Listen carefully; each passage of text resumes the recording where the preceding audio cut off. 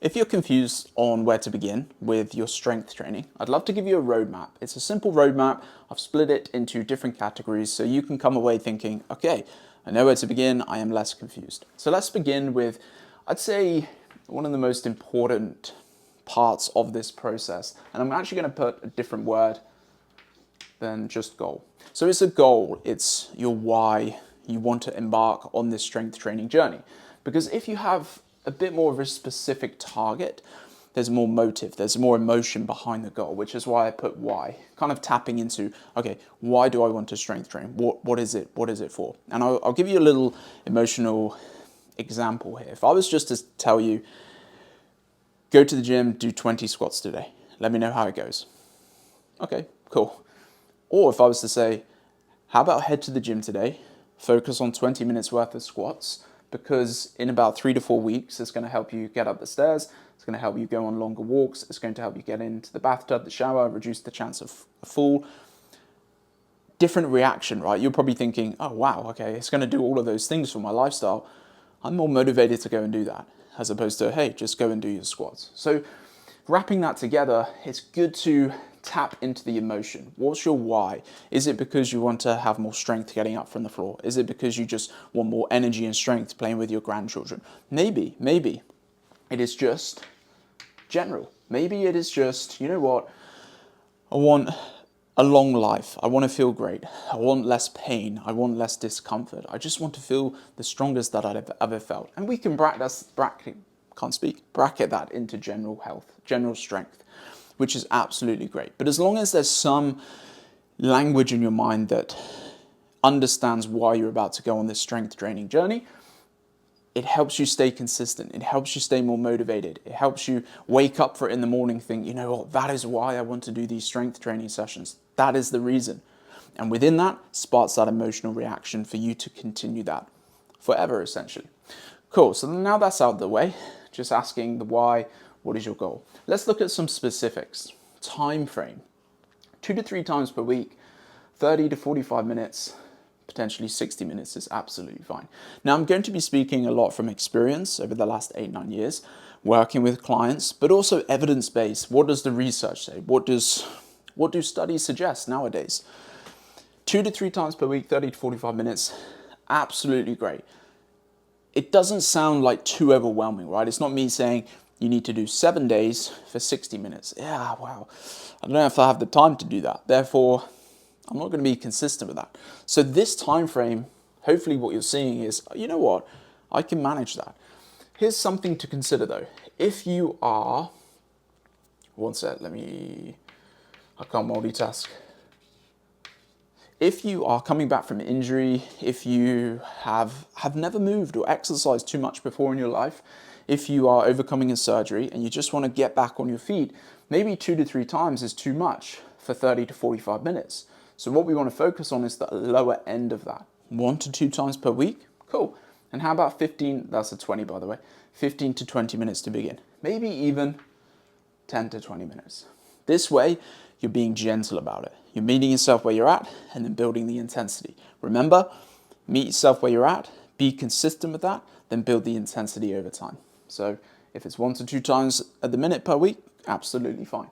For 10 to 20 minutes, perfect. Build that consistency for 4 weeks, then we can add another day, then we can add another 10 minutes. So this is really just the target, 30 to 45 minutes, 2 to 3 times per week. But no rush to get to that point. Cool? So where do I do this? Do I go to the gym? Do I go home? If we're thinking about going to the gym, one of the big reasons I would suggest this is not so much because of the equipment or the weights. You can get any of the equipment that's at the gym at home, especially if we're just thinking about general strength. One of the big reasons is community. Meeting people, getting social interaction, getting social health. You know, as we get older, and even me, myself now, you can spend days without chatting to friends or days without chatting to anyone. But if I go to the gym, there's always going to be someone to chat to. Hey, how you doing? Oh, what exercise are you doing? So that social interaction, especially if you feel lonely, especially if you don't have too many friends and family around you, this could be a really good idea. It's just a suggestion. It doesn't mean that you have to join a gym to get stronger, to build strength. But if we're looking at another arena of health, the gym could act as a good community for you, which is, beautiful for your mindset. But like I said, if you don't want to go to the gym, you can absolutely build strength at home. Cool. And then what do we do? The magic question, what exercise? So speaking of goal, these kind of wrap together. Now I'm going to be speaking a lot of just general strength, let's just get me stronger, Josh. But as we age, we want to really think about, in fact, not as we age, any point in your life, I've always trained this way, it wants to have some carryover to everything that we do in life. Now I specifically speak about senior and as we age, because as we age, we go through sarcopenia, which is the decline in muscle mass as we age. And we also lose type 2 fibers, which are our explosive, our power-based fibers. So things become naturally, due to the nature of how things work, we naturally lose strength and power. So the stairs become affected, our grip becomes affected, walking becomes more of a challenge, getting in and out of a bathtub, our balance mechanisms, getting up from the floor becomes a challenge, falls become more frequent, getting up from chairs, for example.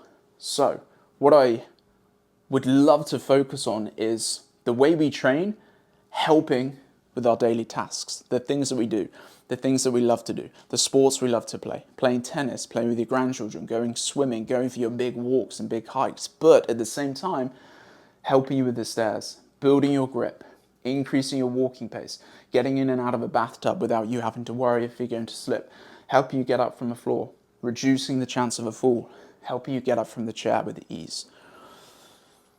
And once again, that taps into the motive. You know what?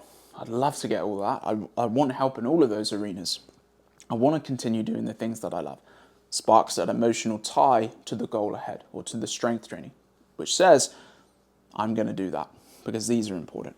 So what I love to think about is, I actually got these tables mixed up. Start body weight if you are coming back from injury, if you haven't moved before, if you're adding weights, which you maybe never have done before. Maybe your sports, your hobbies were swimming or tennis, where it doesn't require any weight-bearing movement. So with that in mind, start body weight and start with it's what we call the 6 primal movements. Well, there's 7.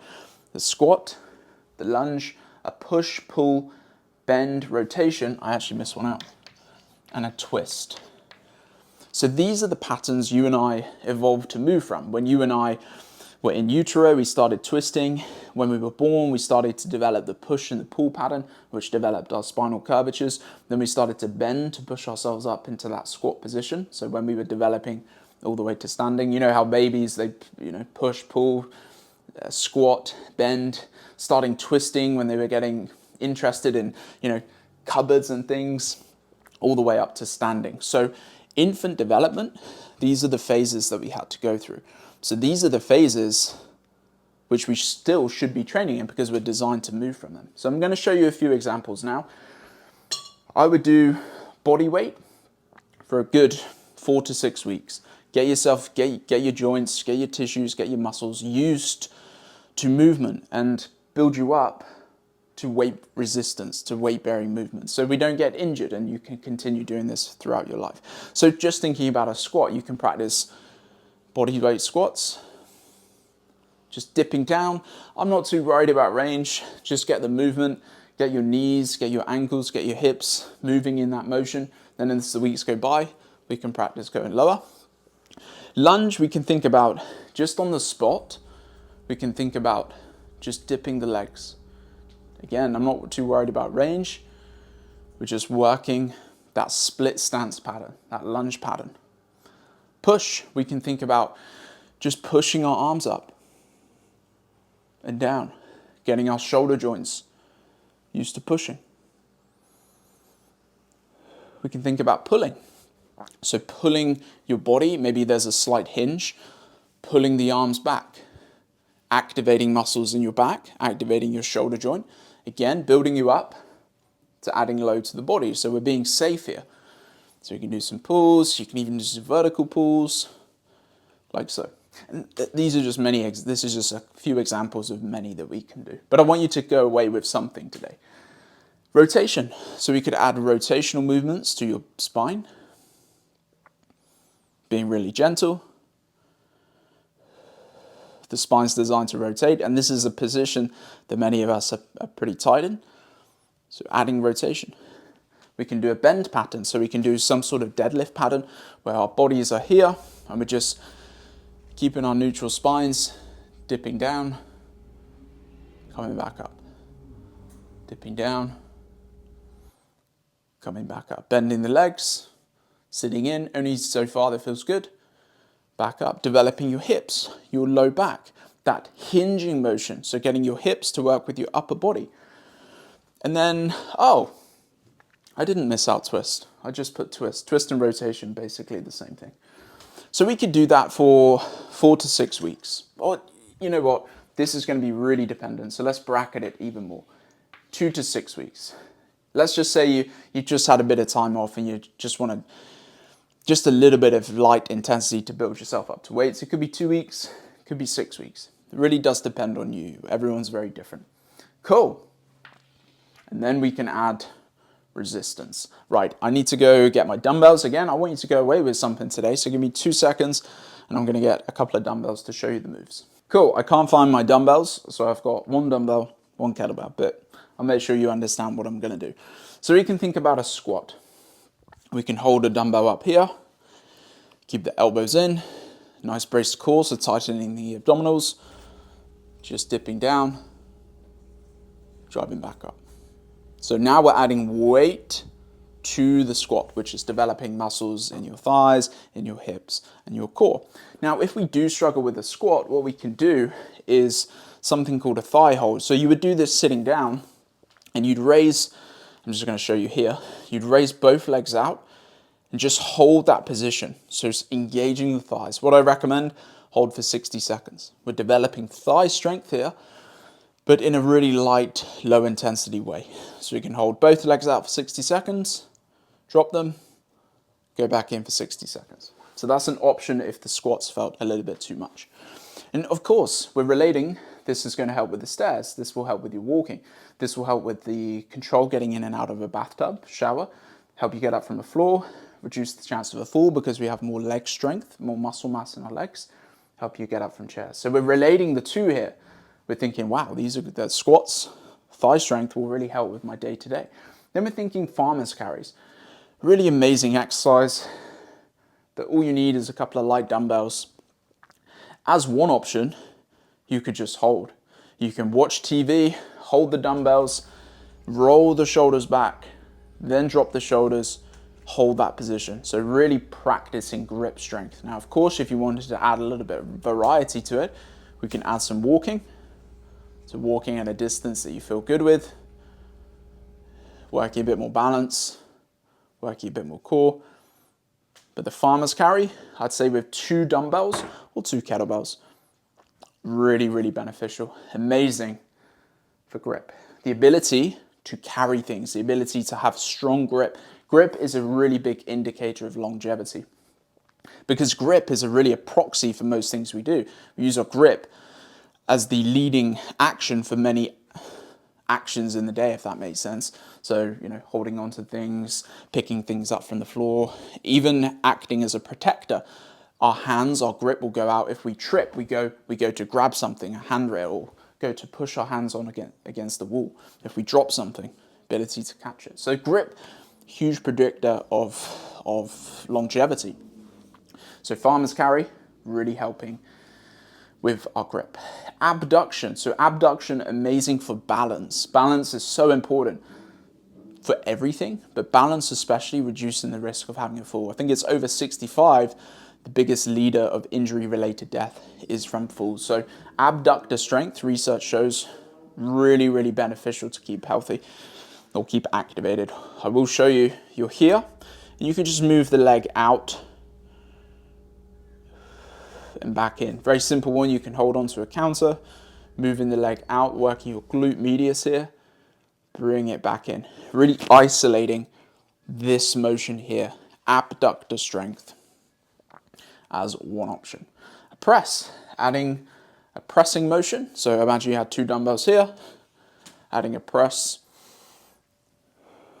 above the head. Again, light dumbbells. It doesn't have to be anything crazy. Keep it light, keep it safe, keep it gentle to begin with.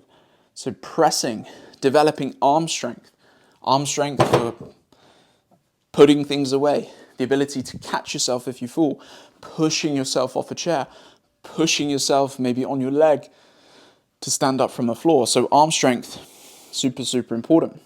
Rows, developing back strength. So you can be here, 2 dumbbells.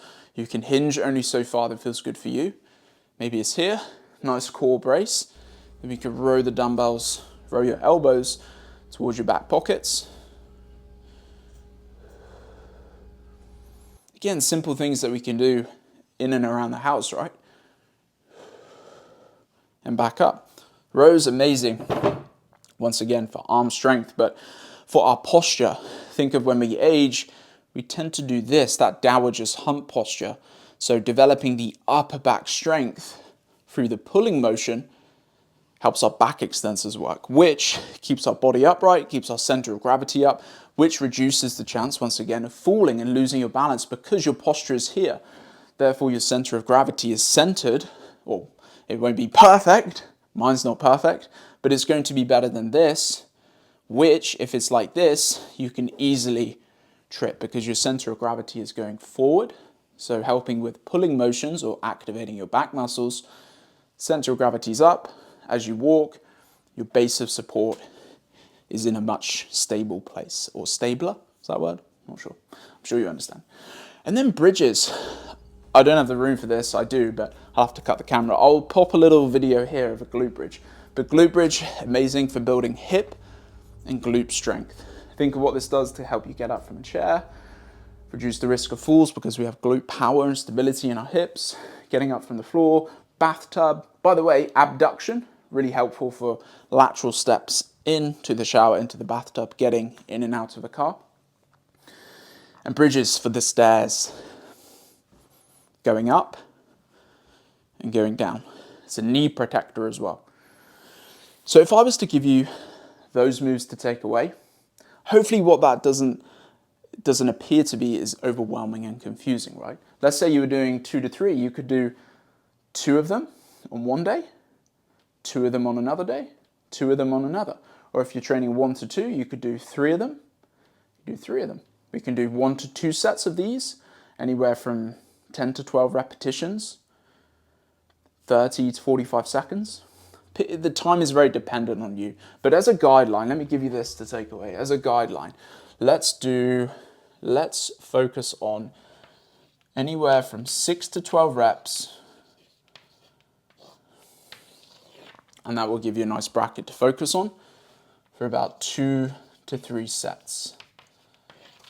So 6 to 12 reps of the squats, 6 to 12 reps of farmer's carry, so that could be a short distance, 1 rep, 2 reps, etc. 6 to 12 on the abductors, press 6 to 12, row 6 to 12, and then bridges 6 to 12 for 2 to 3 sets. So you repeat that 2 to 3 times, of course, with a short rest in between each one. Okay, how's that looking? All right, just to finish, stay with me. Some considerations. So now the training part is out of the way. You grow when you sleep, when you rest, when you eat protein. When I say grow, muscle mass, muscle strength, recovery.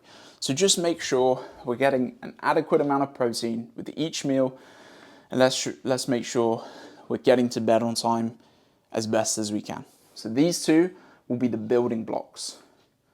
This is the start of it. These are the building blocks to help us replenish, restore, recover, build up. This is breakdown, this is build up. Then thinking about daily mobility. So this is weekly, but daily, think about moving your joints. I've actually done a joint health post on this, which I'll add to the end of the YouTube. Think about daily mobility, stretching, because our joints need lotion. Motion creates lotion, so keep moving every single day. Walking, stretching, mobility for your joints, gentle movements while you're sitting down. This is all amazing for blood flow, soaking up any inflammation. So we reduce the chance of pain and discomfort. Vitamin D, amazing for your immune system, but incredible for your bones, reducing the chance of osteoarthritis and many other things, but also for immune system, for anti-inflammatory properties. So if you've got any pain, injuries, getting out in sunlight, really, really incredible for you. Staying hydrated. Our joints are like storage sites for water. Like a sponge needs water to absorb, so do our joints. Our joints need lubrication for them to function correctly. When we're dehydrated, they can get sticky, get a little bit cracky, and then things become a bit painful and discomfort. So staying on top of your water, but make sure to electrolyte yourself as well. Potassium, magnesium, calcium, these are things that we lose. But having a balanced diet, fruits and vegetables, the minerals should be covered. And then, just one thing to add. Once a month, have a deload week. You don't need to go intense all of the time. Have a week where you maybe do 1 session or 2 sessions, or you do the sessions, but you half the reps, 3 to 6. This way, you're allowing your body to replenish. If it's consistent, this is where we could get injured, this is where we could burn out, this is where we can create more tears and stuff for ourselves, because our bodies aren't recovering that well because we're always on. So sometimes we need to hit the brake in order for the body to maintain this consistency of build up. So give yourself permission to rest. Have a deload week, which essentially means reduce the intensity in which the activity is performed. In the context of this, is reducing the intensity of your strength training. And then the week later, you'll see how amazing you feel. And you've given your body a chance to just recover, replenish, restore. Cool. How does that sound? Probably missed a few things, but let's leave it there. I hope that's helpful. Any questions, let me know. Little roadmap for you. Take that away. I hope that was helpful. Like I said, any questions, pop them in the comments or whatever. But there we go. Take a screenshot if you want. I'll move out of the way. Appreciate your time. Have a great day.